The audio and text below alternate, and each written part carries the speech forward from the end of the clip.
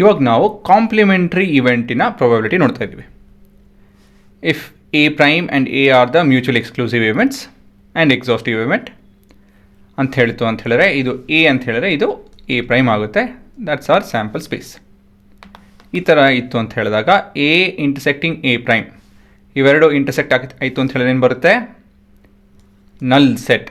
ಏನೂ ಇಲ್ಲ, the output is 0. A union of A prime will give us the entire space, that is the sample space. Then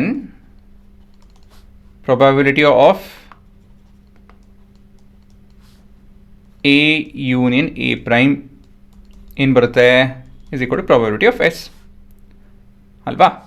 ಇವಾಗ ನಾವು probability of A union B ಈ formula ಉಪಯೋಗಿಸ್ಕೊಂಡು ಇದನ್ನು expand ಮಾಡ್ತು ಅಂತ ಹೇಳಿದ್ರೆ probability of A plus probability of A prime minus probability of A intersect A prime, which is equal to what?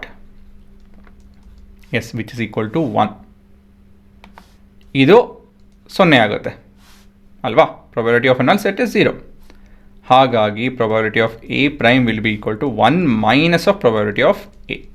So ಇದು ನಿಮ್ಮ ಫಾರ್ಮುಲಾ.